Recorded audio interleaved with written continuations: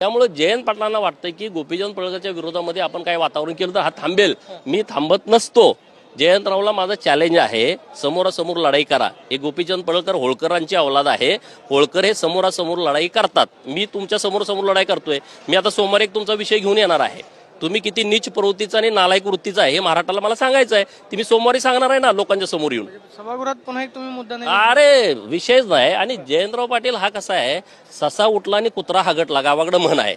आता जेव्हा कधी ससा उठतो तेव्हा एखादं कुत्रं शेपूट घालून पळून जातं. त्यातला तो आहे. तो लढू शकत नाही. आणि त्यामुळं आम्ही लढणारी माणसं आहोत. उगाच मला बदनाम करायचो ती अशी बातमी आली की गोपीचंद पडळकर 34 एकर जमीन आपली औंध संस्थान वगैरे त्यांचा आमचा काही संबंधच नाही. आणि त्यांची काही कागदपत्र जाऊ द्या ना कोर्टामध्ये. औंध संस्थान रेकॉर्डला तिथं कुठं आलं नाही. आता तुमच्याकडे काही कागदपत्र असतील तर तुम्ही कोर्टात जावा, आमच्या विरोधात जावा, आमचा दस्त रद्द करून टाका. 34 एकर जमिनीमध्ये नाही, संबंधच नाही. अनेक लोक आहेत त्यात. आता 5, 50, 100 लोकांनी ती जमीन घेतलेली असेल. पण उगाच बापका करायचा. तुमच्याकडे बातमी कशी होऊ शकते? गोपीचंद 34 एकर जमीन ढापली तरच बातमी होईल ना. गोपीचंद 1 एकर म्हटलं तर कसं बातमी होणार? आणि म्हणून त्यामुळे जयंतरावनं तसा विषय पुढे दिलेला आहे. मी म्हणत होतो बोलायचं नाही. खाड्यांच्या विरोधात कायदेशीर तुम्ही कारवाई विचार गरीब कोण तर असेल. मी किरकोळ लोकांना नादाला लागत नाही.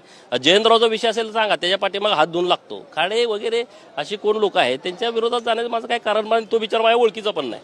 आपण पाहतोय की ही जी जमीन आहे ती औंध देवस्थानच्या या जमिनीशी कोणताही संबंध नाही. मात्र जी 34 एकर जमीन आहे त्यातली 1-2 एकर मी जमीन घेतलेली आहे. वेगवेगळी मालकी याच्यामध्ये आहेत. मात्र ज्यांनी माझ्यावरती आरोप केलेले आहेत ते जयंत पाटील यांचं पिल्लू आहे असा सुद्धा आरोप गोपीचंद पडळकरांनी केल्याचं आपल्याला पाहायला मिळतं. Camera person Roshan Soni, Pradeep Kapse, TV9 Marathi, Mumbai.